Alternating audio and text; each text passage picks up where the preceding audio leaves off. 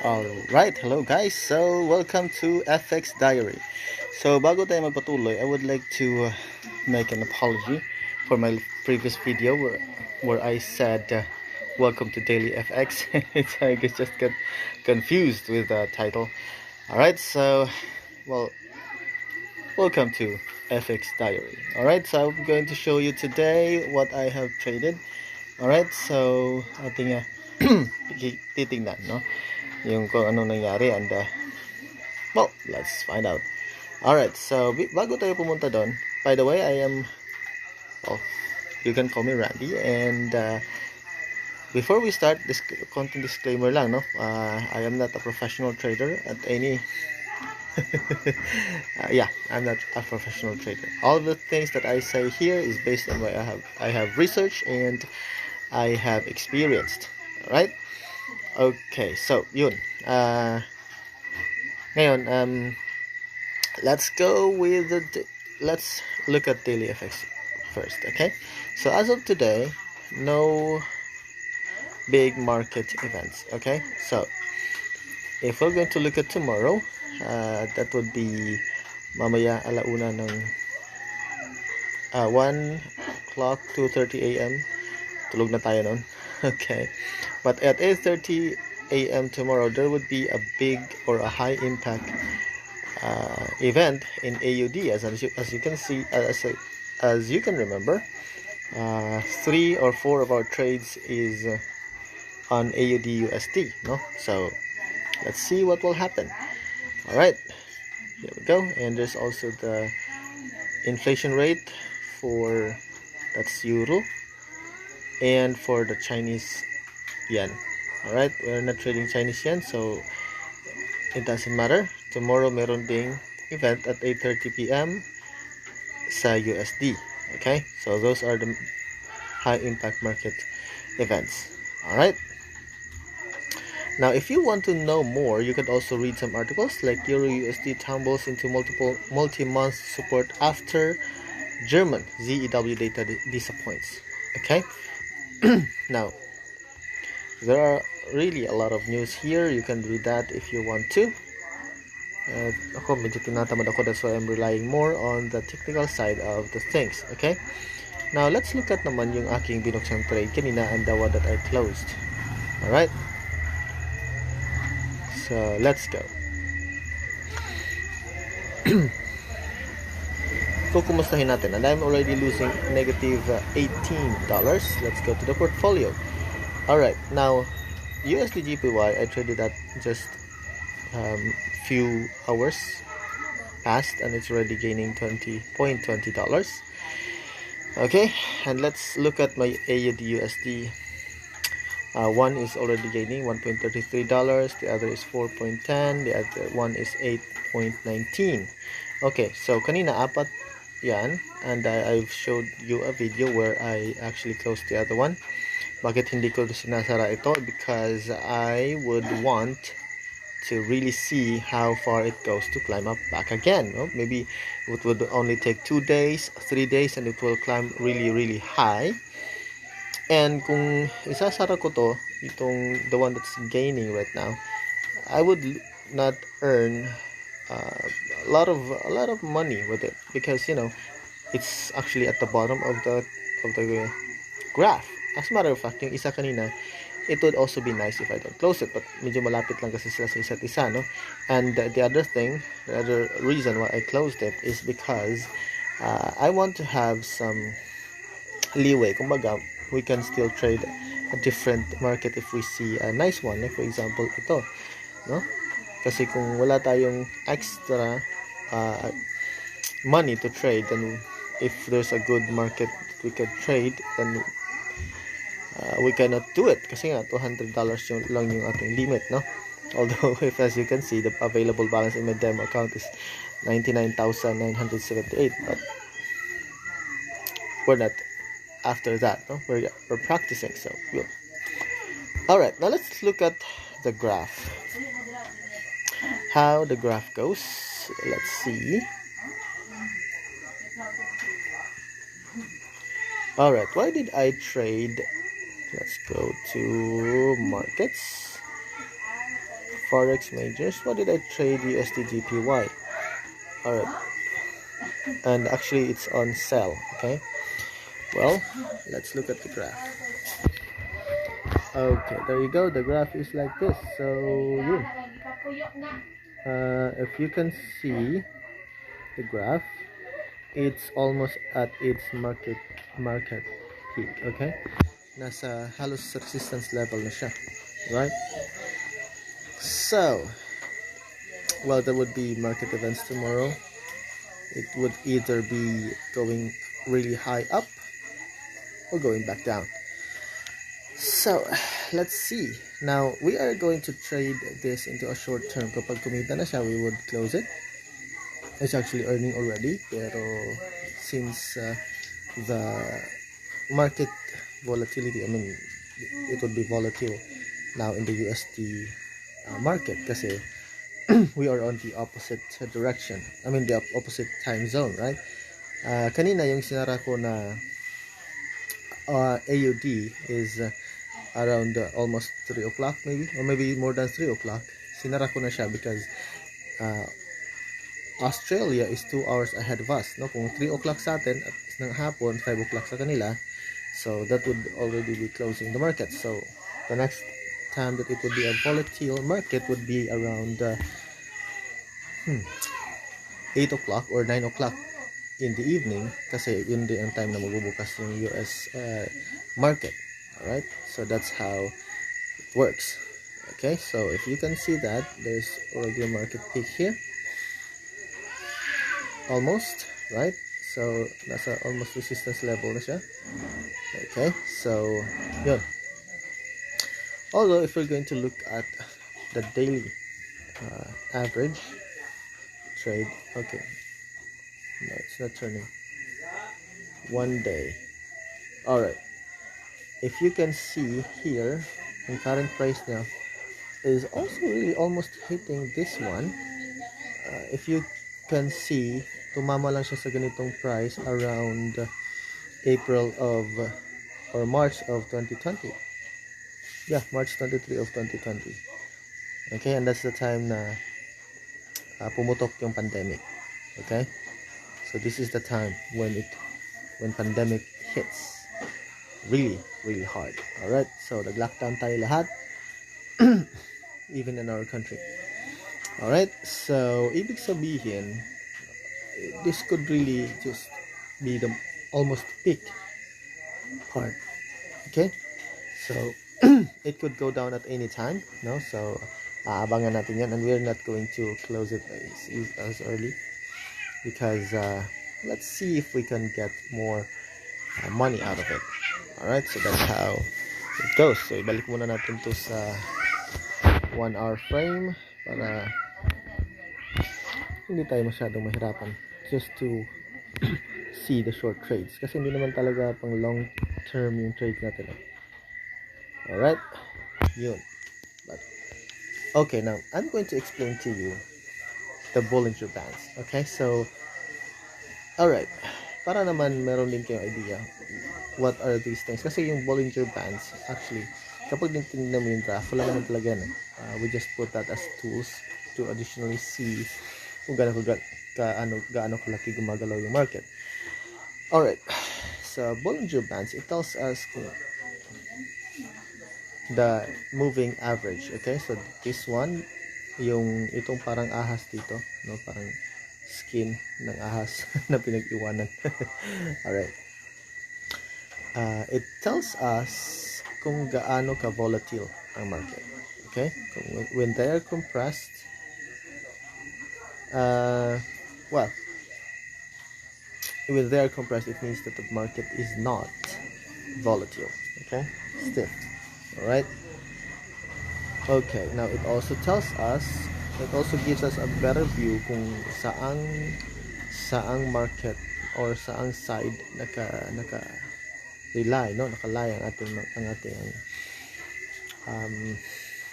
prices. For example, in this part here, dito kung saan yan, nasa resistance level siya. Okay, so nasa resistance level ang market, while in here it already crosses the pivot point and the support level, right? Pero hindi din ibig sabihin na talagang bababa na siya, no? But it's slowly going up.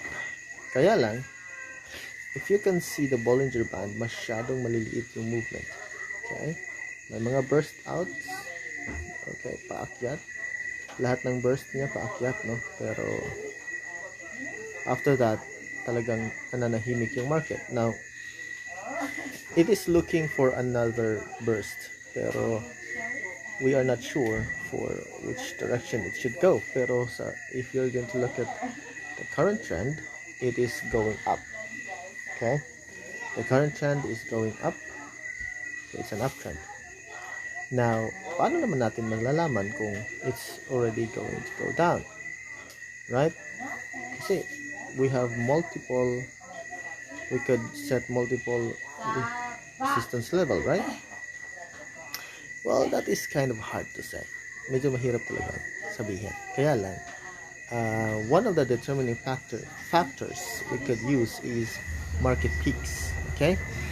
Kung nasa pinakamataas na siya, then the tendency would be it would go back down. Bakit? Kasi, well, you know, kumbaga, hindi naman papayag si Japan na lagi sila nalulugi ni USD, di ba? No? So, they would really try to do something about it, and well, that drives market back down.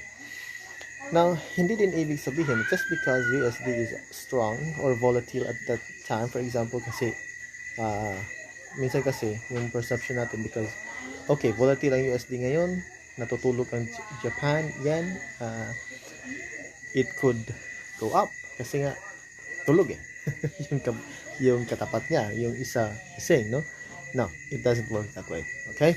You have to remember that it always depends on what kind of outlook the economy is going to. Right? Kung ano yung outlook ng economy, yun yung value ng pera nila. Okay? So, if it's going to a different way, kung negative yung outlook, then ipababa siya, no? Regardless of open or close yung market nung kanyang katapat. Alright? So, yun. So, hindi ibig sabihin na just because it's volatile right now, it means it would always go up. Okay? Dahil sila yung nakapabor. No? Alright. So, yun. That's one way of looking at your market, no? Kung kailan ba siya bababa. You could also measure the trend. For example, kung ilang araw ba siya, no? Napababa. For example, here, if we look at this graph here, June 25, pababa siya, no? Downtrend siya hanggang August 4. So that is 9 days. Okay? Now, okay, so tingnan lang natin dito. August 4, still August 4. Okay. From August 4 hanggang ngayon, today is August 10. Bakit siya, no? Baka naman sabihin nyo, bakit parang isa maikli, isa mahaba, no? Actually, because most likely dito, hindi masyadong magalaw yung market, kaya maliliit yung mga graphs, no?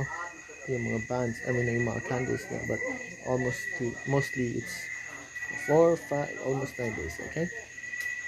So, 5, 6, 7, 8, 9, 10, that's, still 6 days kaya pala. Sorry.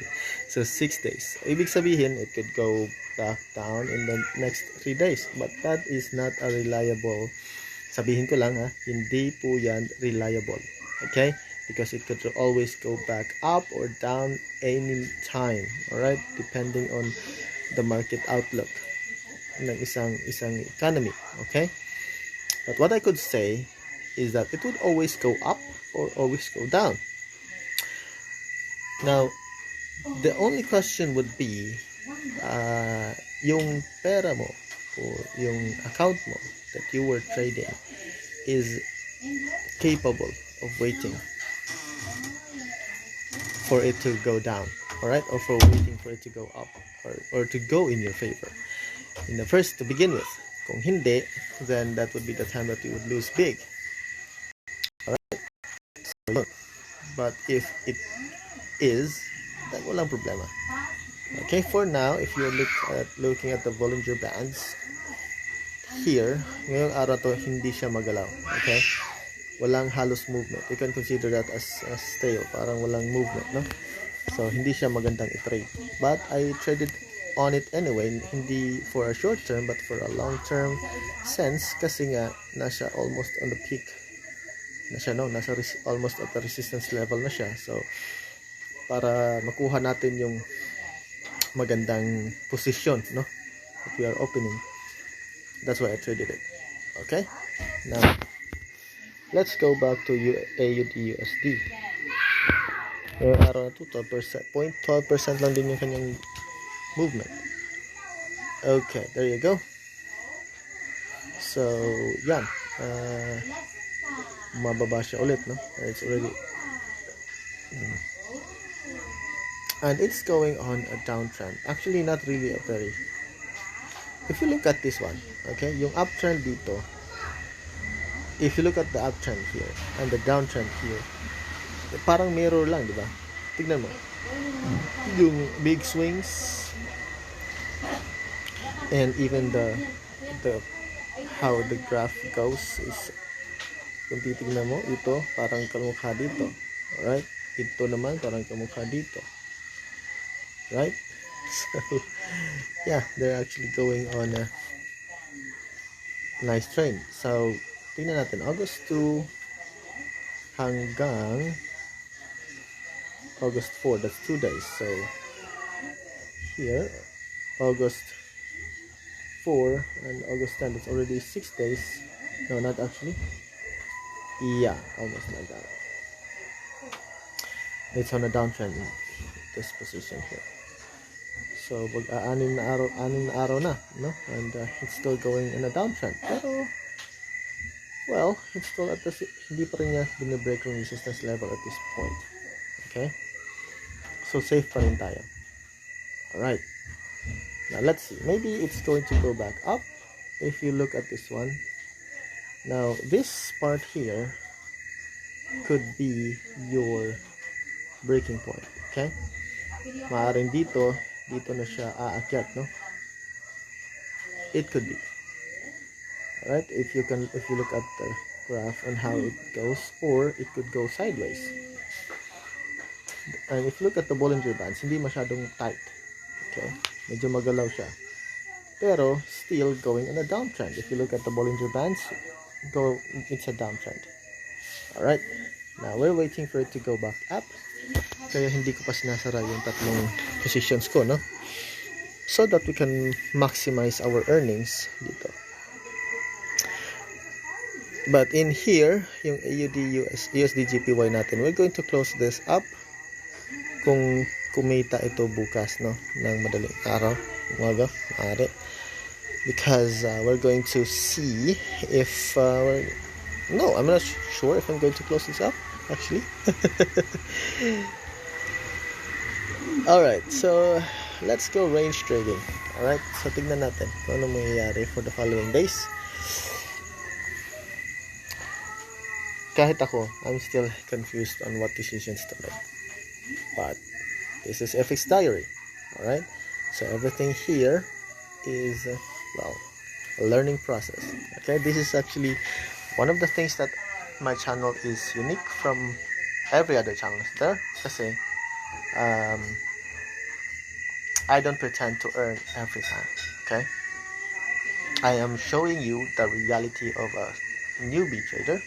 I am a newbie trader kahit nga ilang taong ko nang pinag-aaralan yung market by myself, no, without a mentor. Talagang masasabi kong ang hirap talaga, no? And I'm not sure if I'm on the right track right now, and that is for us to find out. Alright, now if you want to go on a journey with me, I would really invite you, and I would really love to see you on my trades. And yeah, if you try to experience this with me, well, that would be good. Alright, so let's experience this together. And yeah, if you like to see more of my videos, see you, and consider subscribing. and hit that notification bell, and just see you on my next video. Alright, goodbye.